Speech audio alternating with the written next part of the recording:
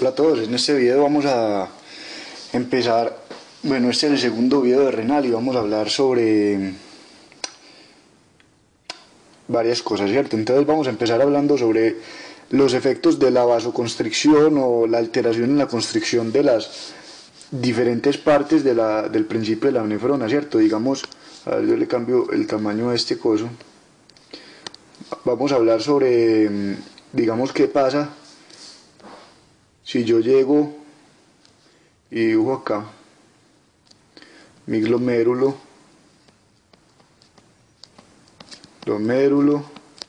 mi arteriola eferente del riñón, pues, y obviamente, pues, y la arteriola aferente.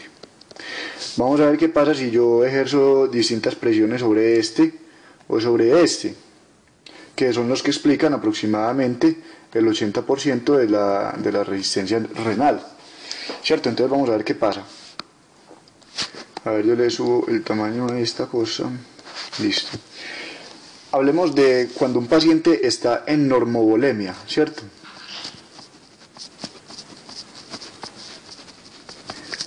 Pues normovolemia es en términos prácticos decir euvolemia, ¿cierto? Una volemia normal. Bueno, dibujemos nuestra arteriola aferente, nuestro glomérulo, y lo dibujamos así, ¿cierto? Arteriola aferente, listo. Vamos a ver que aquí en el espacio de la cápsula de Bowman, que la hemos representado en el video anterior de esta manera, vamos a dibujarla así. Este es el espacio de la cápsula de Bowman, ¿cierto? Entonces vamos a ver qué pasa con el flujo, qué sucede con el flujo plasmático renal, ¿correcto? Con el flujo sanguíneo renal y con la fracción de filtración. Recuerden la diferencia entre estos dos, ¿cierto? Entre flujo sanguíneo renal y flujo plasmático renal, recuérdenla. El flujo plasmático renal está hablando solo de plasma, quitándole el hematocrito a la sangre que pasa, ¿cierto? Entonces, esto es un porcentaje de esto, ¿cierto? Digamos, el flujo sanguíneo renal incluye el hematocrito y el plasma. A esto le estamos quitando el hematocrito, ¿cierto? Que es normalmente aproximadamente 40%. Entonces, en una normovolemia, en un paciente normal, vamos a ver que de flujo sanguíneo renal tenemos 1200 mililitros por minuto de flujo sanguíneo normal. Eso es aproximadamente un 20% del gasto cardíaco, pues, o no, pues, si el gasto cardíaco es 4.8 litros por minuto, ya ustedes sacarán el porcentaje que es eso. El caso es que es bastante, y en el video anterior explico por qué es bastante. Entonces mírenlo. Bueno, el flujo plasmático renal es de 625 mililitros por minuto. Esto es solo plasma, correcto. Esto es quitándole lo que tenga esto de hematocrito. Y la fracción de filtración, habíamos dicho en el video anterior, que era la filtración glomerular sobre la filtración plasmática renal. Lo que quiero decir con eso es que vamos a ver que va a ser un valor sobre 625 mililitros por minuto. Vamos a ver cuánto es la filtración glomerular en un paciente normal. Nos dicen que la filtración glomerular en un paciente normal depende de una fórmula, ¿cierto? Que la había explicado en el video anterior, que era las fuerzas de afuera menos las fuerzas de adentro, y hay que tener en consideración sigma y el coeficiente de filtración. Eso lo pueden mirar en el video anterior. Pero para una persona normal de 1,93, vamos a ver que la filtración glomerular nos da aproximadamente de 125 mililitros por minuto en un paciente normal. O sea, que lo que salga acá por la arteria, de la sangre que venga por la arteria aferente, está pasando por el glomérulo y se está filtrando 125 mililitros por minuto, correcto. Vamos a ver que estos 125 mililitros por minuto que hay acá, en este espacio de acá, pero me tocó dibujarlo fuera porque sí. Vamos a ver de esta filtración glomerular, ahora sí va a salir afuera, o sea, adentro pues, al cuerpo, o sea, que se va a reabsorber, ¿cierto? Afuera del espacio de la cápsula de Bowman es como decir volver a la sangre, ¿cierto? Volver al cuerpo, porque acá hay vasitos y cosas de esas, entonces vuelve al cuerpo. Estamos hablando en este caso de reabsorción. De esos 125 que pasaron por acá, se reabsorbe el 65% en una persona normal. ¿Cómo se llama eso? Eso se llama fracción de reabsorción.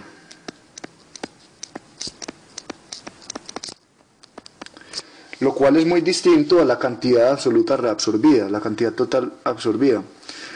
Vamos a ver, cantidad absoluta absorbida, pues reabsorbida, hablando en términos correctos, absoluta reabsorbida sería esto. Vamos a sacar la calculadora, si es que la encuentro, aquí está. Van a ver que la fracción reabsorbida es el 65% de 125 mililitros, la cantidad reabsorbida es ese valor, ¿cierto? Entonces, vamos a averiguar 125 por 0.65 por 100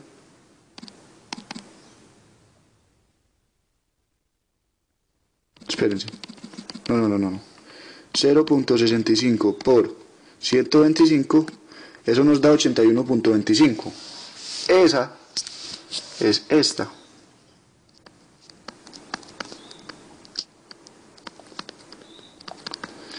La cantidad absorbida es 81.25, la fracción de reabsorción es 65%, es diferente, para que lo tengan en cuenta, porque ahorita vamos a ver por qué es tan importante quedarse hablando de eso tanto tiempo. Y si llegamos y le restamos 125 menos 81.25, nos va a dar que en la orina, porque esto va a salir para la orina, nos va a dar que nos quedan para la orina 43.75 mililitros. Correcto. 43.75 mililitros. Ahí estamos bien. Entonces vamos a hablar, eso fue de un paciente euvolémico, normovolémico, ¿cierto? Vamos a hablar ahora de un paciente con hipovolemia.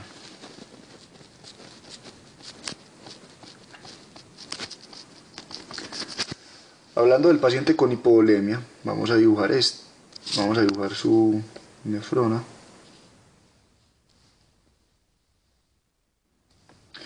Y vamos a ver que aumentamos la resistencia en ambas arteriolas. Sí, en ambas arteriolas, porque eso es lo que el cuerpo hace para intentar retener líquido, ¿correcto? Entonces vamos a ver que se aumenta la resistencia en la arteriola aferente y en la arteriola eferente, haciendo que haya una disminución de la presión capilar del glomérulo, ¿cierto? De la presión capilar del glomérulo, porque esta resistencia permanece normal, la resistencia del glomérulo permanece normal. Al suceder esto, y al estar estos dos con resistencia aumentada, vamos a ver que menos sangre es capaz de filtrarse por acá, ¿cierto? Entonces va a seguir mucha por acá.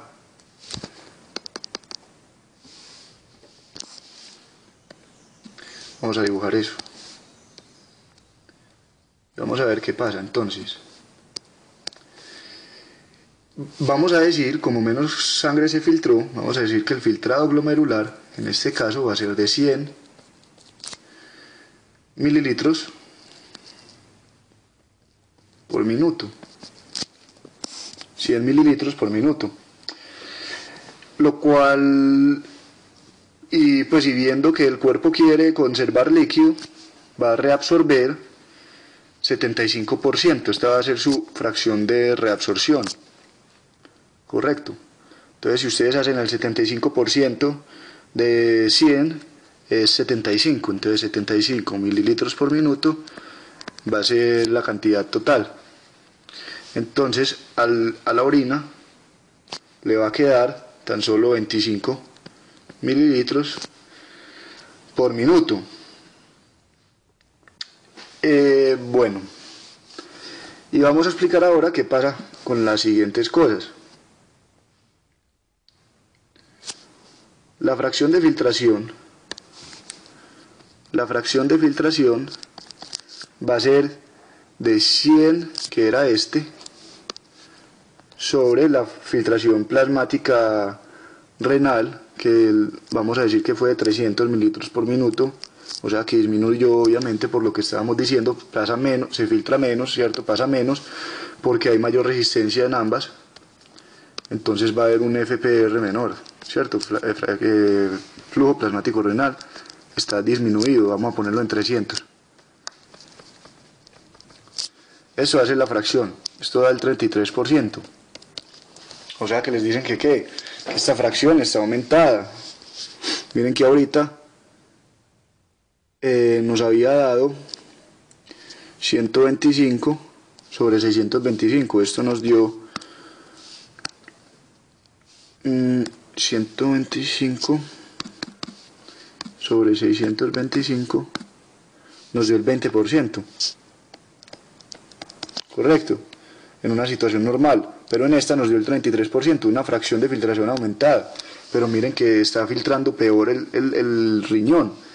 Eso quiere decir que no necesariamente por tener una fracción de filtración aumentada, la cantidad total de filtración va a estar aumentada también. Miren que está filtrando menos y todo que antes, ¿cierto? Entonces revisen ahí ese problemita, porque puede ser una pregunta en un examen.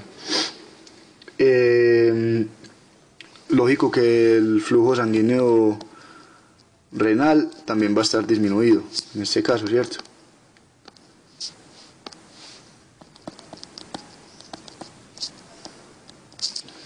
Bueno, quería decirles también que estos 25 mililitros que se van para la orina son de líquido, lógicamente son 25 mililitros de líquido, pero digamos que tenemos un soluto acá. En el problema anterior de la normovolemia tenemos 4 pepas de soluto, 6 pepas de soluto, ¿cierto? Tenemos 6 pepas de soluto en 43.75 mililitros de líquido. Y aquí tenemos 6 pepas de soluto en tan solo 25 mililitros de líquido. Quiere decir que aquí está más concentrado y va a doler más orinar, pero no porque haya un aumento del soluto, sino porque hay un aumento de la concentración. Hay más partículas por cada mililitro de esta cosa. Entonces muchas cosas en las que la gente se confunde, que piensan que porque estamos orinando menos volumen, tenemos que estar orinando necesariamente más soluto. No, estamos orinando el mismo soluto en una diferente concentración. Entonces simplemente sepan eso, que estos dos manes, el de la hipovolemia y el de la hipervolemia, la hipovolemia y el de la normovolemia, pueden estar excretando la misma cantidad de soluto, solo que en distinta concentración. Vamos a hablar ahora de la hipervolemia.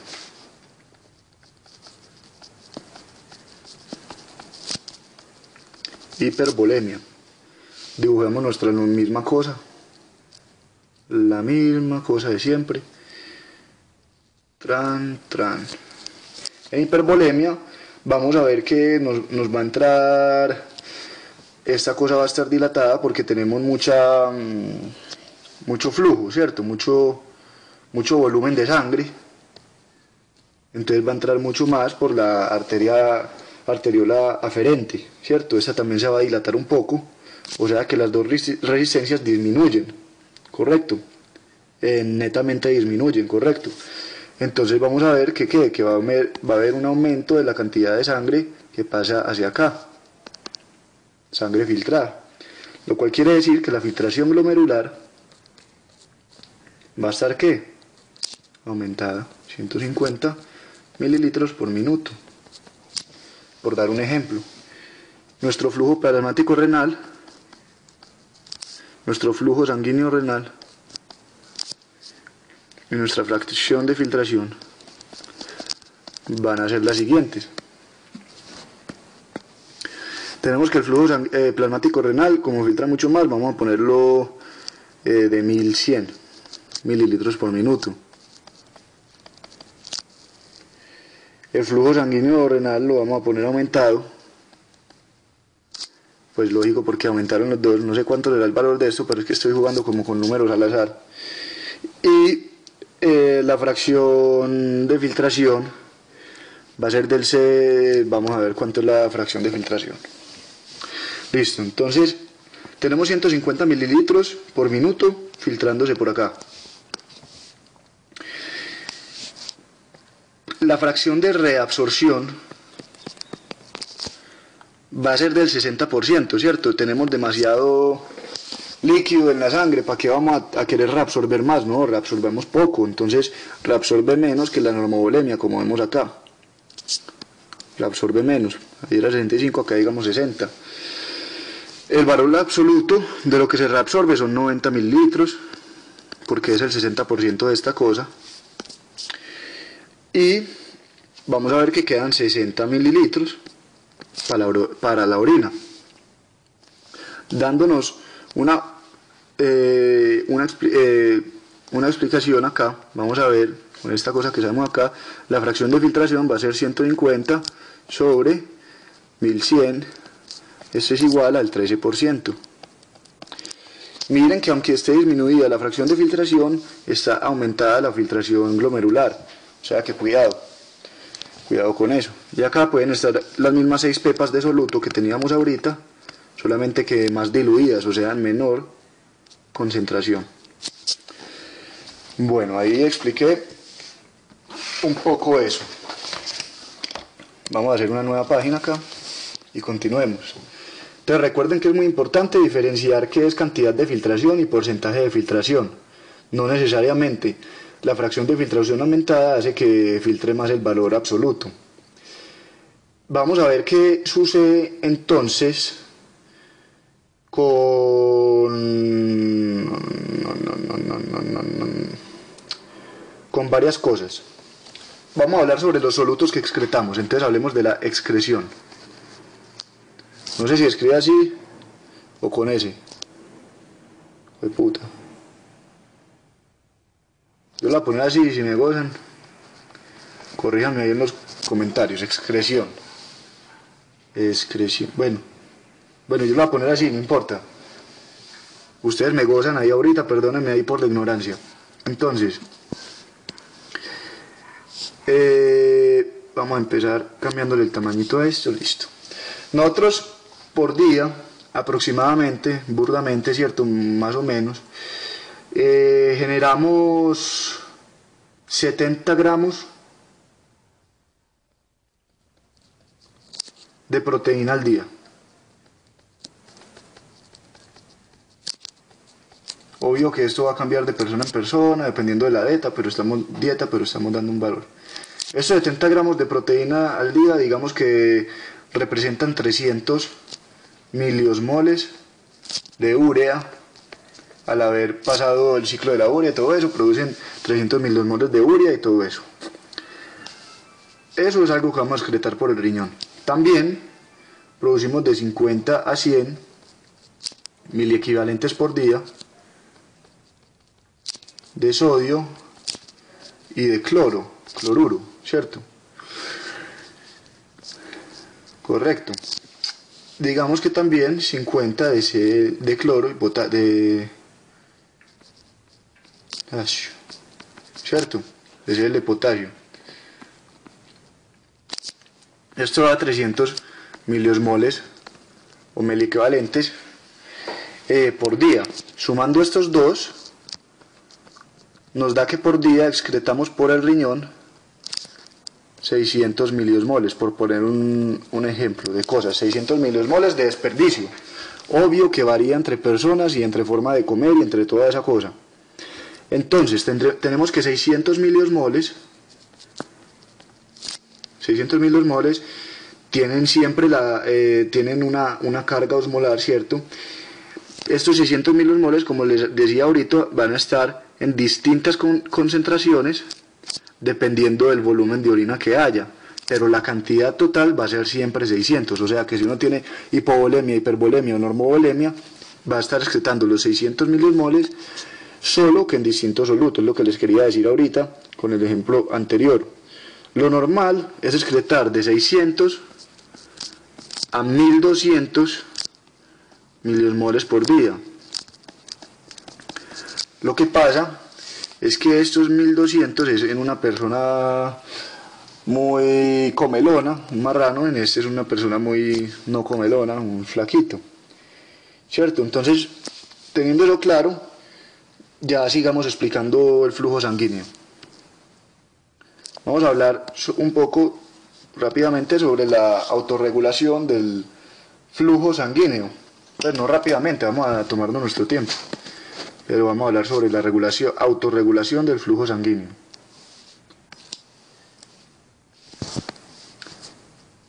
Ay, puta.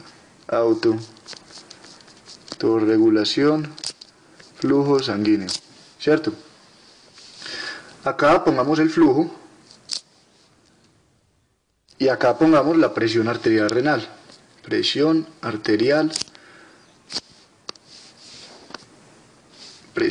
arterial renal, correcto.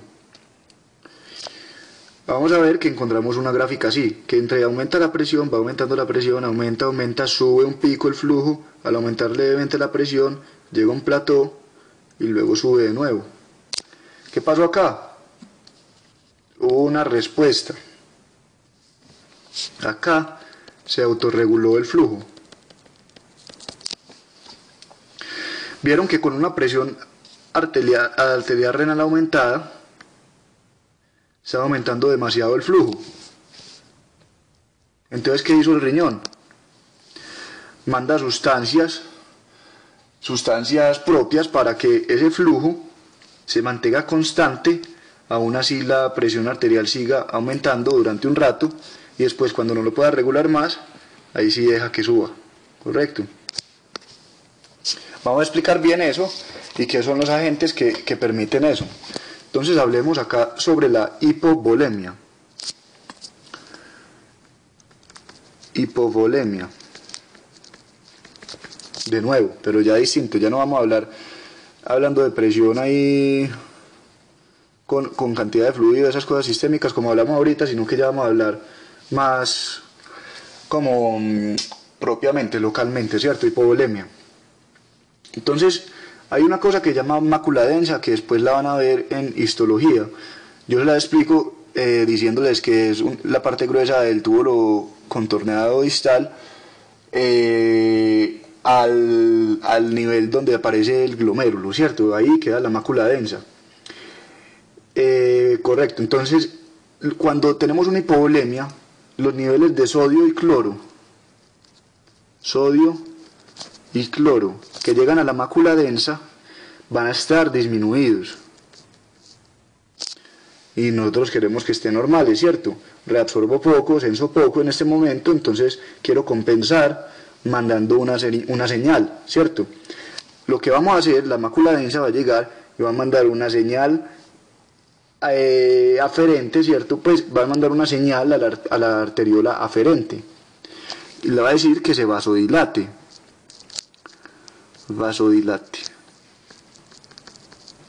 La arteriola aferente, ¿cierto? Para que aumente la filtración glomerular y todo eso, se absorba más cloro y más sodio, más de estas cosas, ¿cierto? ¿Qué es lo que pasa acá? Es que no solamente se manda una señal vasodilatadora a la arteriola aferente, sino que también se manda una señal vasoconstrictora a la arteriola eferente. Vasoconstrictora a la arteriola eferente. Esto lo que va a hacer es que al vasodilatar la aferente y vasoconstrictir la eferente, la presión capilar glomerular va a aumentar, haciendo que se filtre mucho más acá, correcto.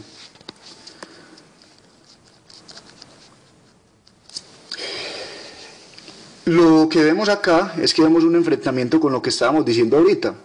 ¿Cómo es posible que en una hipovolemia le estamos diciendo que se vasodilate cuando ahorita Juan nos había dicho que en una hipovolemia queríamos era que esta cosa, la resistencia iba a estar aumentada y esto estaba vasoconstriñido. Ahí nos contradijimos, ¿cierto? Pero no es que no sea cierto, eso es verdad. Solamente que la vasoconstricción renal era a nivel sistémica. Vasoconstricción de la arteriola aferente era sistémica. Y era muy fuerte, o sea que vasoconstriñía muy duro, ¿cierto? Era muy fuerte. Pero la vasodilatación local de la arteriola aferente era débil. O sea que sí va a haber vasodilatación, solo que va a haber menos vasodilatación que vasoconstricción. O sea que va a haber una fuerza de vasoconstricción contra una pequeña de vasodilatación, dando un neto de una vasoconstricción menor a la que puede ser. Lo que pasa en clínica es que normalmente llega un paciente hipovolémico y le damos AINES, antiinflamatorios no esteroideos, que van a inhibir las prostaglandinas, que son probablemente estos agentes vasodilatadores. Entonces, ¿qué pasa si estamos en eso con un paciente hipovolémico? Él llega a la sala de urgencia y todo eso, y nosotros le entregamos antiinflamatorios no esteroideos. Eso es un error, porque vamos a bloquear la vasodilatación débil que estaba pasando. O sea que si estaba vasoconstriñido ya el paciente, porque estaba ganando la sistémica, vamos a inhibir con esos AINES las prostaglandinas y vamos a hacer que esa vasoconstricción sea más severa todavía. Correcto, porque estos lo estaban vasodilatando y no dejando que se vasoconstriñera del todo. Entonces por acá, que esta es la arteriola aferente, va a pasar muy poco flujo. Miren este cosito, cómo va a ser para darle flujo a todo esto. Va a pasar que se va a morir, pues se va a necrosar el riñón, lo vamos a matar, va a tener una falla renal aguda. Bueno, entonces hay que tener cuidado con los AINES, ¿cierto? Por este motivo. Vamos a hablar ahora de otro tema, que es la membrana barrera capilar glomerular. Membrana barrera capilar, membrana barrera capilar glomerular, ¿cierto? Formada por el diafragma de los podocitos y las células del endotelio capilar y eso, como ustedes van a ver en histología. Entonces, ¿de qué depende esta membrana barrera capilar glomerular? Ella va a dejar que haya un ultrafiltrado, ¿cierto? Ultrafiltrado. Va a filtrar muchas cosas como si eso fuera un colador, ¿correcto? Y va a depender este ultrafiltrado del tamaño de los poros de esta barrera. Tamaño de los poros de esta barrera. ¿Cierto? Para que me entiendan, este es el glomérulo. Este es el glomérulo. Y aquí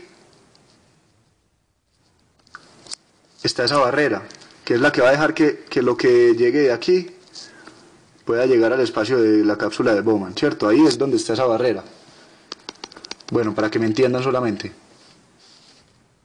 Va a depender del tamaño de los poros donde tenga esa barrera. La barrera es la que habíamos dibujado así. Bueno, tamaño de los poros, la carga eléctrica de la membrana, la microvasculatura glomerular,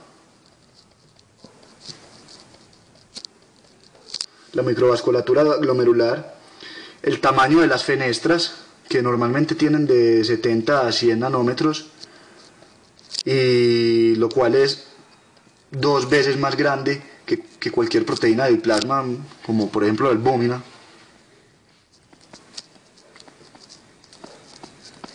Va a depender de la capacidad contráctil de los podocitos, que eso ya indica el tamaño de los poros. Y bueno, empecemos a explicar. Entonces, habíamos dicho que era muy importante, primero que todo, el tamaño de los poros. Dijimos que estas fenestras medían de 70 a 100 nanómetros y la albúmina mide la mitad de eso. Entonces, ¿cómo es que nosotros decimos que normalmente no tenemos proteinuria? Que nosotros normalmente no excretamos proteínas, pues sí excretamos, pero no más de 150 miligramos de proteínas. Que no tenemos proteinurias, proteinuria, si todas las proteínas son capaces de caber por ese maldito hueco gigante. Pues resulta que el maldito hueco gigante, que tiene un diámetro tan grande de 70 a 100 nanómetros, no deja pasar a esta pequeña proteína, porque la pequeña proteína tiene carga negativa. Y el glicoso este también tiene un montón de cargas negativas.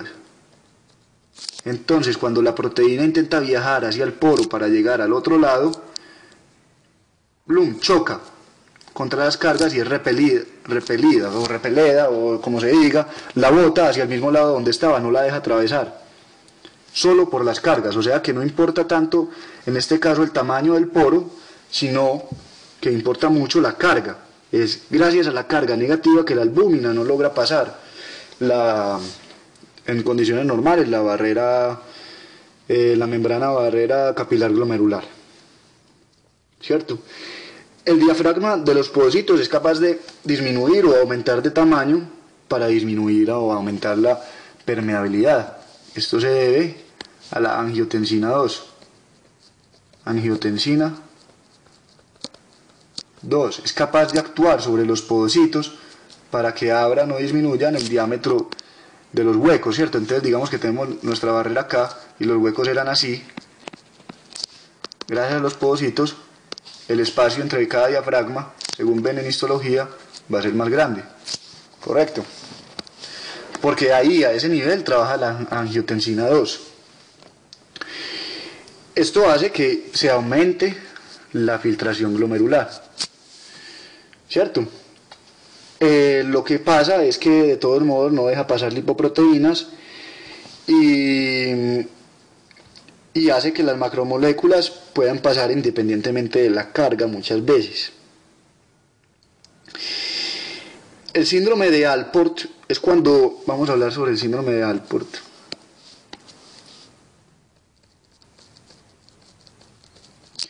Es cuando hay una mutación en el cromosoma X y en la parte que codifica para el colágeno tipo 4, y da una nefritis crónica hereditaria. Se afectan más los hombres. Esto, aparte de causar una falla renal, puede causar también un daño en el cristalino del ojo y sordera, afectando las fibras y lo que hay en la concha del oído. Es el síndrome de Alport.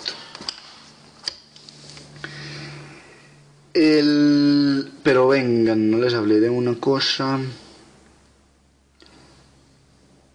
Bueno, no, les hablo ahorita. Entonces vamos a seguir hablando de estos dos síndromes y después volvemos a retomar esto del tamaño.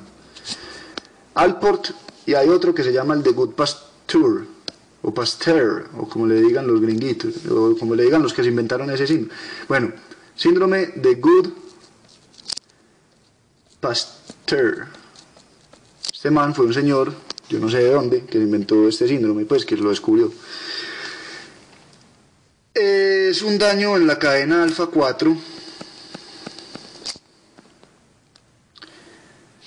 que hace que haya un daño renal y del pulmón, y que por lo tanto haya hematuria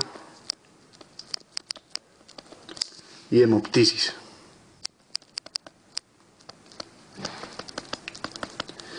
Esas fueron cosas que tiró, pues que, no sé, como datos ahí que no sé por qué los puse en verdad. No que era porque lo que seguía.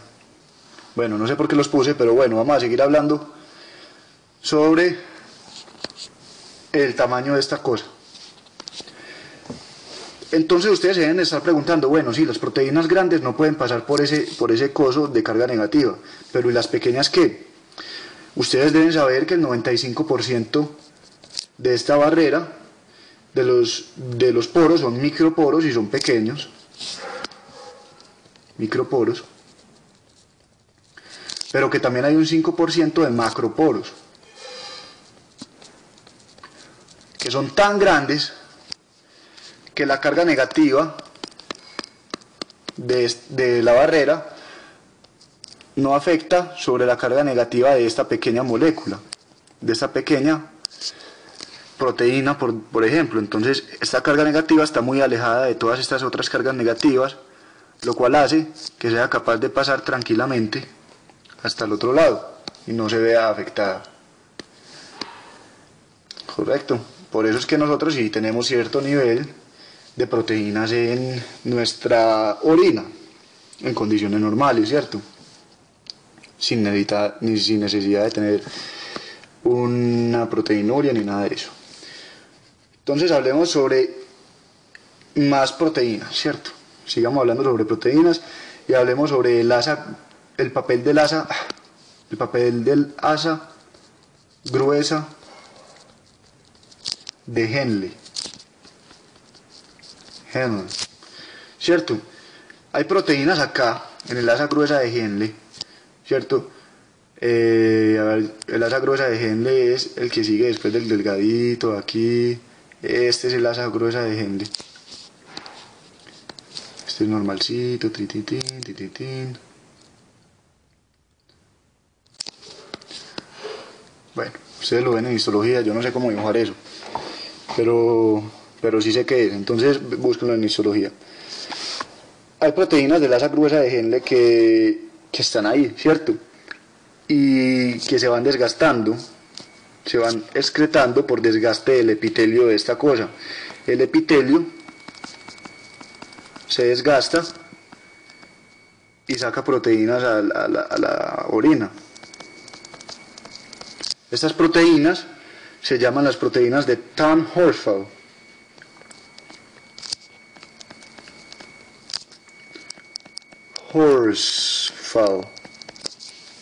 Normalmente, por desgaste, hay de 30 a 50 miligramos de estas por día que uno bota. Se dicen que tienen supuestamente un papel inmunitario que no deja que haya tantas infecciones urinarias, ¿cierto? Un papel inmunitario por parte de las proteínas de Tamm-Horsfall. Son otras proteínas que se excretan por el riñón. Nosotros hablamos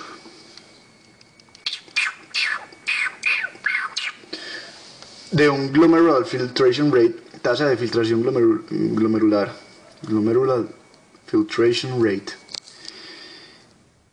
en mililitros por minuto.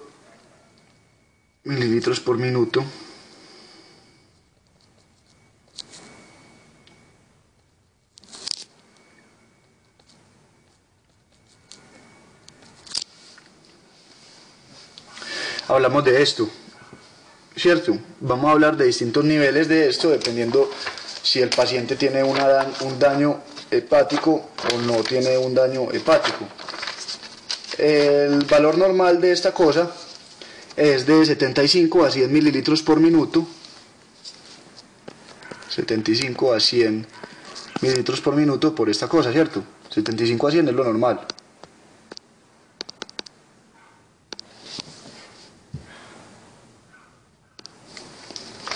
Pues lo que un paciente todavía sano, aunque puede tener daño renal, puede que tenga, ¿cierto?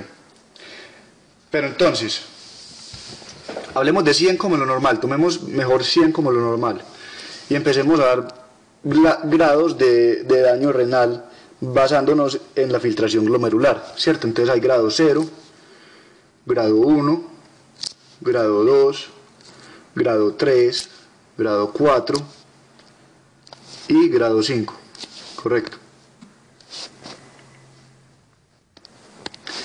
Vamos a hablar del grado 0, que tiene de pronto riesgo, es cuando tiene una GFR, tasa de filtración glomerular de mayor o igual a 90.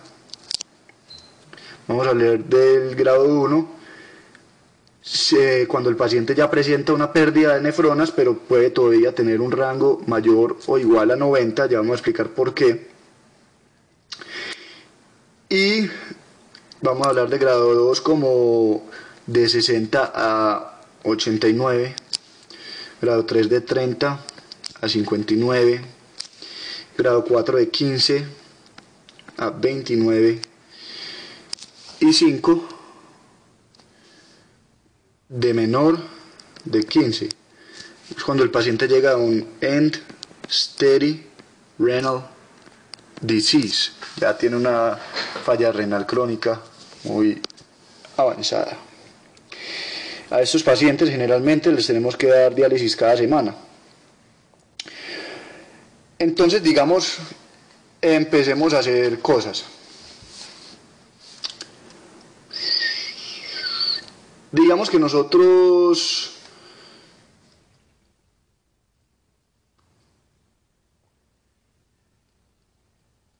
tenemos este de acá, y nos preguntamos, bueno, ¿cómo es posible que sea el mismo grado que el grado 0, este grado 1, si aquí ya hay falla renal en el grado 1?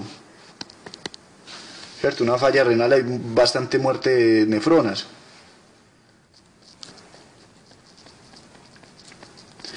Lo que pasa es que si, digamos, en un glomérulo normal nosotros teníamos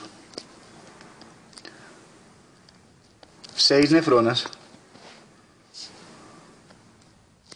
vamos a hacer 10 nefronas, 1, 2, 3, 4, 5, 6, 7, 8, 9, 10. En nuestro glomérulo normal nosotros teníamos 10 nefronas, filtrando en total, digamos 100 mililitros por minuto de volumen, ¿cierto? Pero en esta nosotros digamos que podemos llegar hasta tener un 20% de pérdida, o sea, tener 8 nefronas, perdón.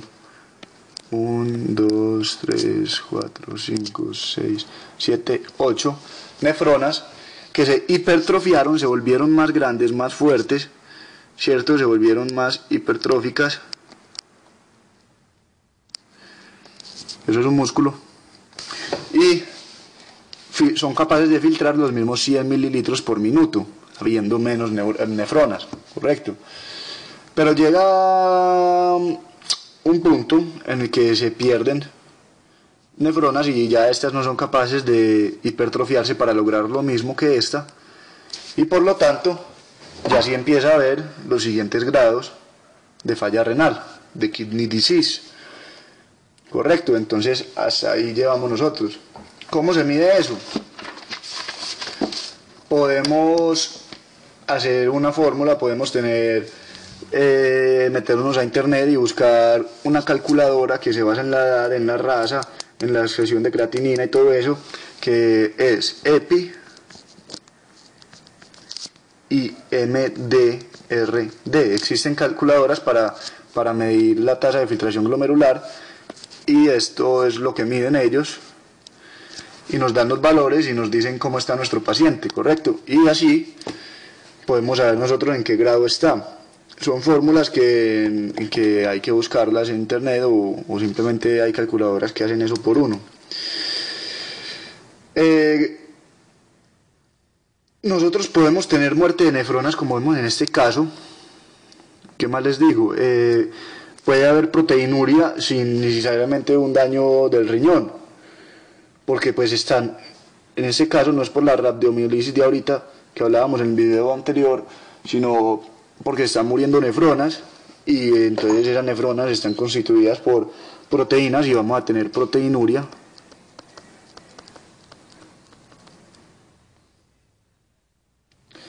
Sin tener un daño directamente como de la filtración, problemas de la filtración, ¿cierto? Aunque pues que se mueran nefronas, eso sí es problema pues del riñón, pero pero no sé cómo explicarles eso. Simplemente puede haber un aumento de proteinuria gracias a que se mueren las nefronas en el riñón. Nosotros, ¿qué consideramos proteinuria? Hablemos de proteinuria.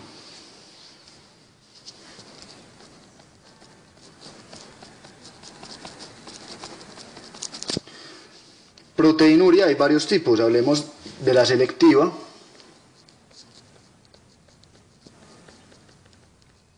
Y comencemos diciendo que esta es la del comienzo, la del principio, la que vamos a tener en un paciente que está empezando a tener proteinuria apenas al principio.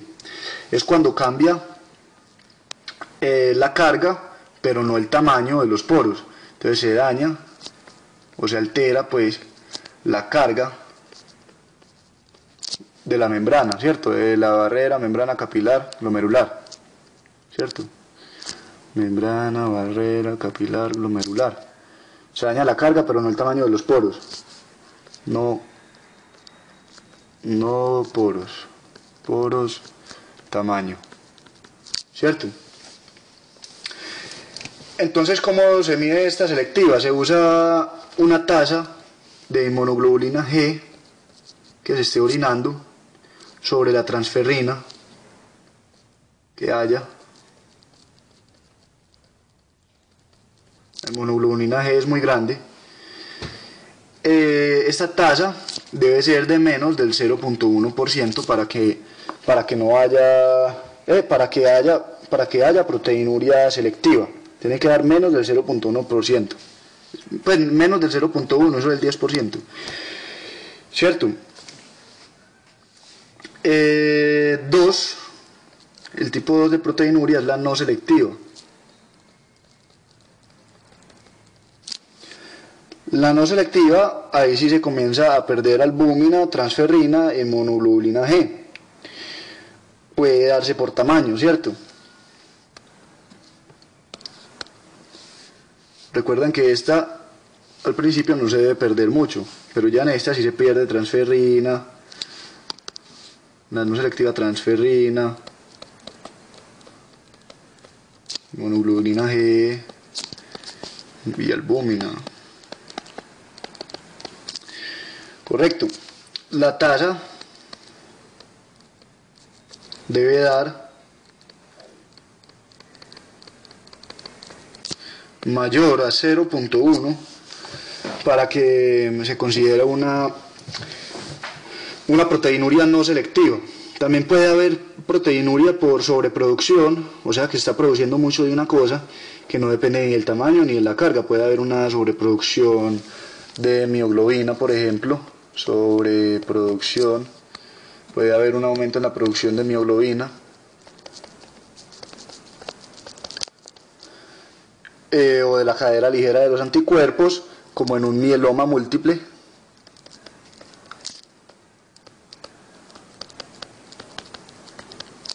Cadena ligera de anticuerpos está muy producida, y como eso está formado de proteínas, va a haber proteinuria de estas, ¿cierto? Vamos a ver también que normalmente nosotros también no solamente tiene que ser por sobreproducción, sino por falta en la reabsorción. Nosotros vemos que hay unas proteínas que son la pregabalina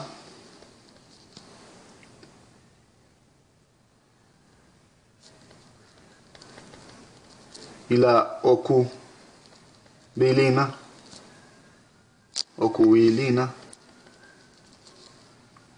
que se reabsorben en el túbulo proximal normalmente, pero digamos hay un síndrome que se llama síndrome de Fanconi, síndrome de Fanconi, que hace que no se reabsorban, y entonces las células epiteliales de este túbulo proximal van a estar atrofiadas y dañadas y no van a poder reabsorber la pregalina y la ocubilina, y va a haber también, por lo tanto, proteinuria por el síndrome de Fanconi. ¿Cómo se diagnostica la proteinuria? El diagnóstico de la proteinuria se da haciendo un citoquímico de orina, citoquímico de orina, midiendo proteínas en 24 horas recolectadas y con orina aislada en 24 horas, lo cual es muy maluco hacer porque el paciente no siempre va a estar dispuesto a orinar en un tarro todo el día, que está en clase y entonces tiene que ir a orinar, que está trabajando, entonces tiene que ir a orinar, que para el examen 24 horas, que por la noche le da por ir a orinar, entonces tiene que bajar a la nevera, abrir el tarro lleno de orina, de orinar ahí, porque es que hay que tenerlo refrigerado. Entonces muy maluco para el paciente y no siempre lo va a hacer bien, no siempre va a ser confiable. Pero lo que se hace es que si el paciente lo coge bien, se miden las proteínas en miligramos por decilitro, o sea 100 mililitros, sobre el nivel de creatinina en miligramos por decilitro. La concentración de miligramos por decilitro de esto que nos dé puede darnos varios rangos de proteinuria. Entonces,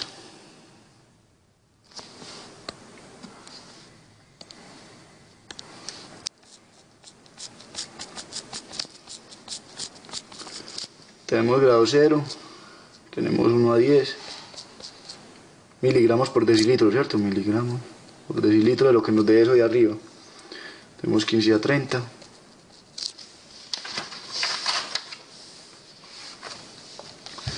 Tenemos 40 a 100.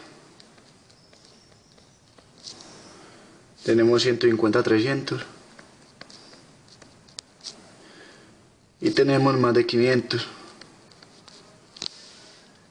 Esto nos va a dar 0, o sea que no hay proteinuria. Esto nos va a dar trazas, o sea que quedan pedacitos de proteínas ahí.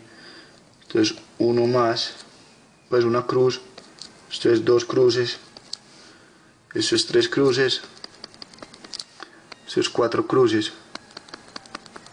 Así se mide la proteinuria, ¿cierto? Hay unas cintillas, un dipsticks se llaman, son unos palitos que tienen acá varios cuadrados. Esto se llama dipstick.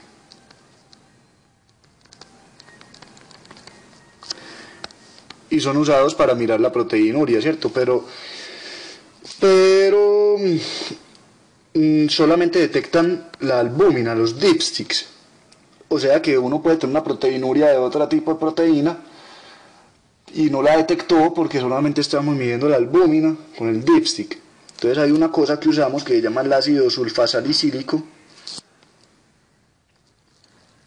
Ácido sulfasalicílico, que lo que hace es detectar todas las proteínas, como por ejemplo las que hay en un mieloma múltiple por la maldita cadenita esa de la inmunoglobulina, ¿cierto?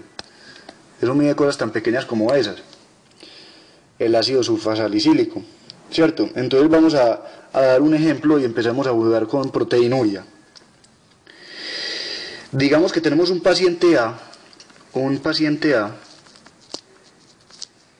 que tiene un volumen de excreción urinaria de 450 mililitros por día y tiene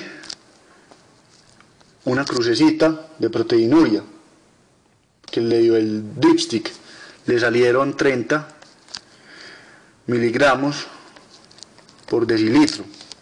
Entonces nosotros decimos, hueputa, este man, el dipstick le dio más 1, eso en la tabla que nos dio Juan dice que eso ya es proteinuria, que tiene una crucecita, este man tiene proteinuria.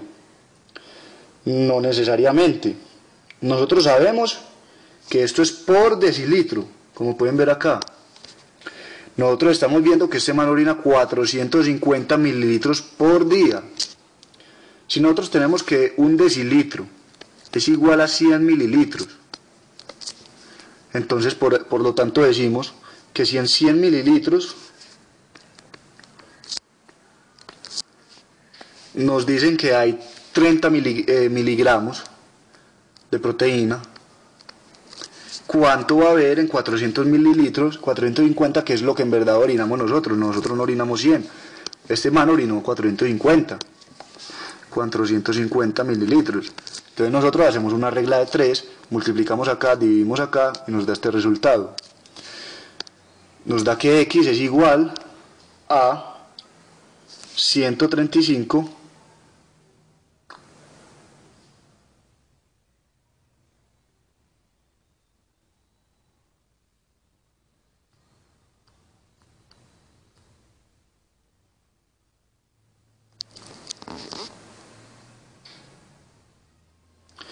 miligramos por decilitro.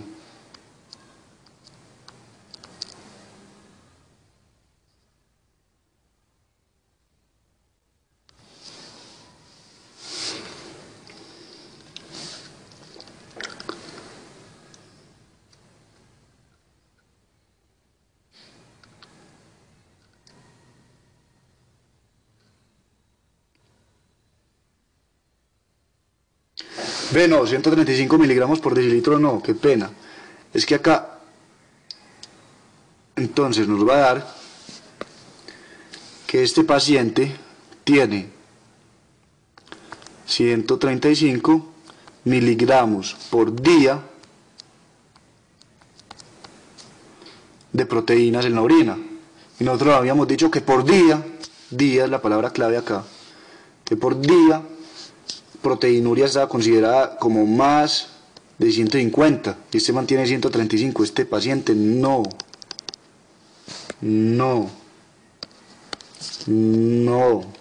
tiene proteinuria. Es que aquí yo me quedé pensando un rato porque lo había puesto sobre decilitros y es que me equivoqué. Era 135 miligramos por día. Por eso fue que me quedé como asustado y estaba revisando lo que había hecho a ver si me había dado bien, pero no, sí me dio bien. Era 135 miligramos de proteínas por día, bien, o sea que este paciente no tiene proteinuria. Correcto. Vamos a hacer el mismo ejemplo. Un paciente B.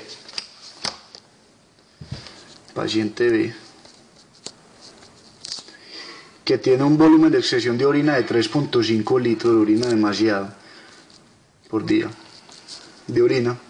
En el dipstick nos dice que tiene 10 miligramos por decilitro de proteínas, lo cual quiere decir que tiene trazas, pues poquito, no está tan grave, supuestamente. Nosotros decimos, no, este man es tranquilo, mandémoslo por la casa, no tiene casi nada. Decimos, si en 100 mililitros él tenía 10 miligramos y está orinando 3.500, ¿cuántos miligramos en un día va a tener? Multiplicamos, dividimos, tenemos que X es igual a 350 miligramos por día, lo cual es mucho más de 150 miligramos por día. Este paciente sí tiene proteinuria. Correcto.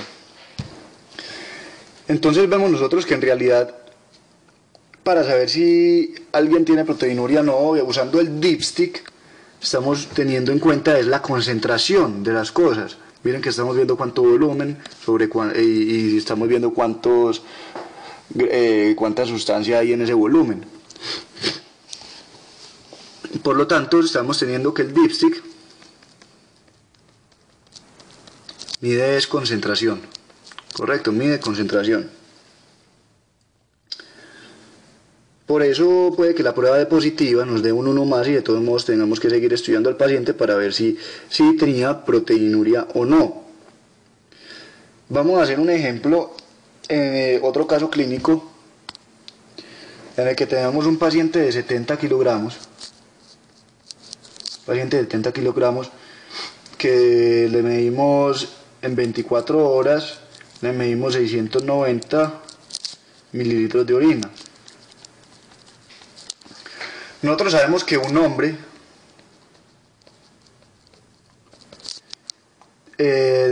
da de 20 a 25 miligramos por kilogramo de peso por día de creatinina. ¿Cierto? Y vemos que una mujer tiene de 15 a 20 miligramos por kilogramo por día de creatinina. Pues la bota, ¿cierto? La bota, creatinina. Entonces, si nosotros hacemos la cuenta, este man de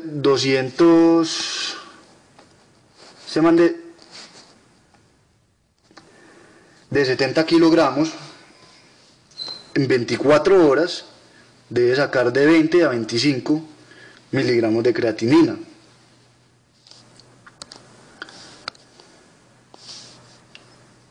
...20 a 25, el promedio es 22.5 por 70.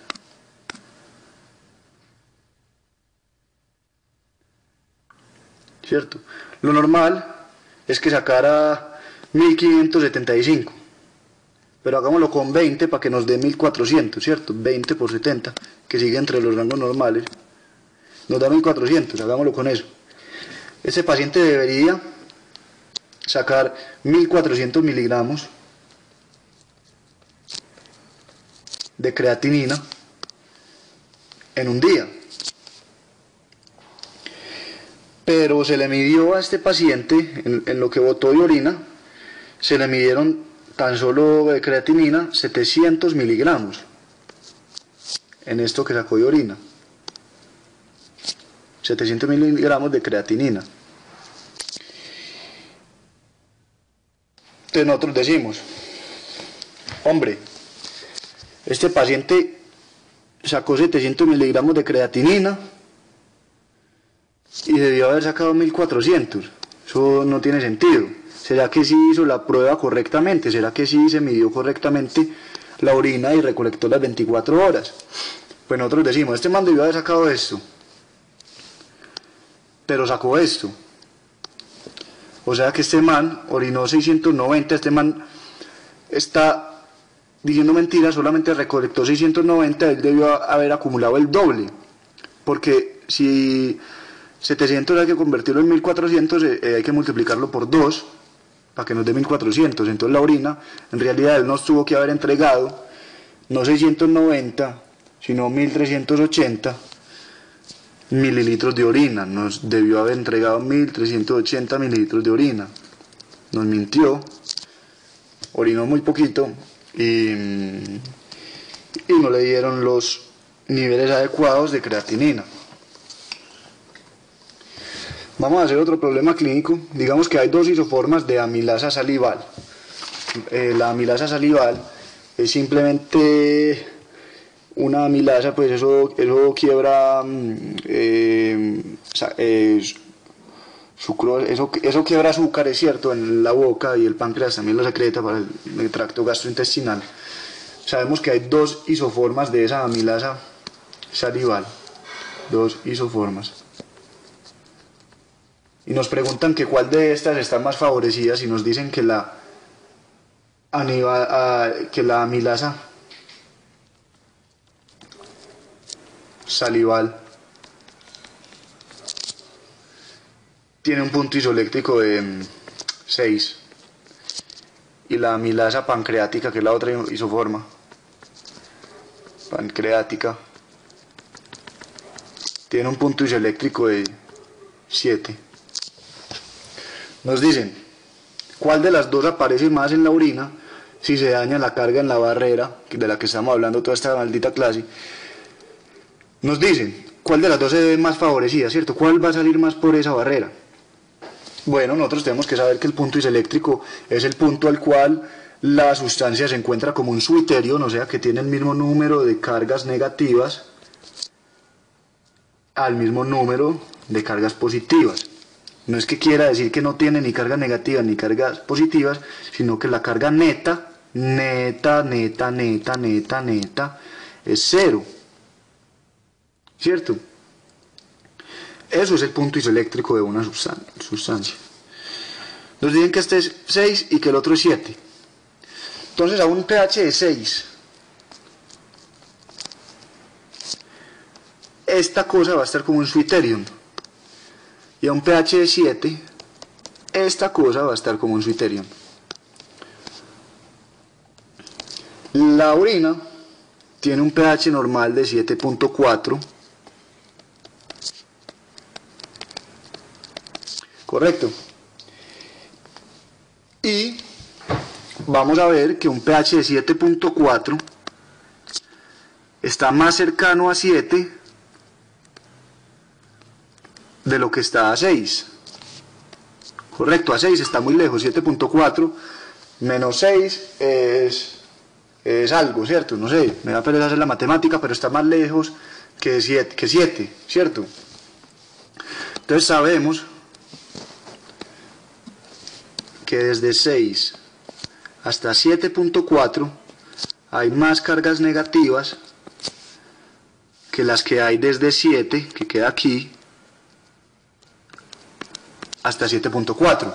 Miren 6 todas las cargas negativas que tiene y 7 todas las cargas, pues las poquitas que tiene. Entonces, ¿quién está más favorecido? Si esto es una cosa que favorece cargas negativas, este pH favorece cargas negativas porque es un pH básico, va a estar más favorecido la forma de amilasa salival, que es la que tiene el punto isoeléctrico de 6.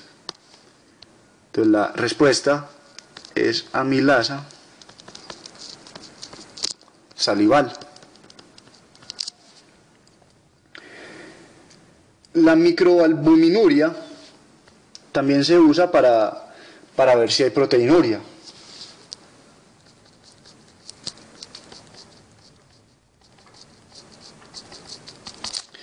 La microalbuminuria es indetectable por los dipsticks, por los palitos que habíamos hablado ahorita.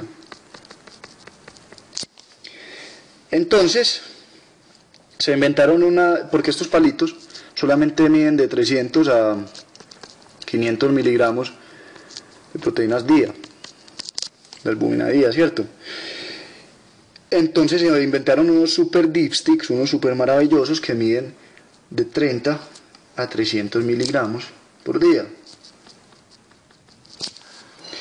Lo normal es de menos de 20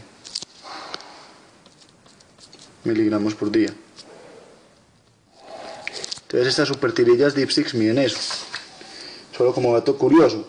Si nosotros cogemos al paciente cuando está en un estado de microalbuminuria, el resultado de la falla renal a largo plazo es mucho mejor que si lo hubiéramos cogido ya cuando estaba orinando albúmina a la lata.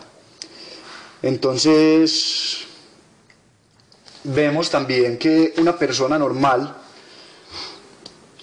podemos medirle las cosas así, los niveles de creatinina así. Una persona normal saca 1000 miligramos de creatinina día, ¿cierto? Vemos que si aumenta, normalmente si nosotros tenemos que aumenta la proteinuria,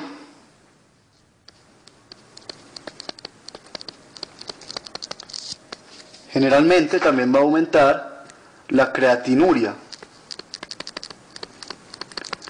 ¿cierto? Independiente del volumen de hidratación que tengamos, ¿cierto? Aumenta una, aumenta la otra. Pero si hay daño, digamos, con poca hidratación, puede que las proteínas salgan más elevadas que la creatinina. Digamos que la creatinina se va a producir menos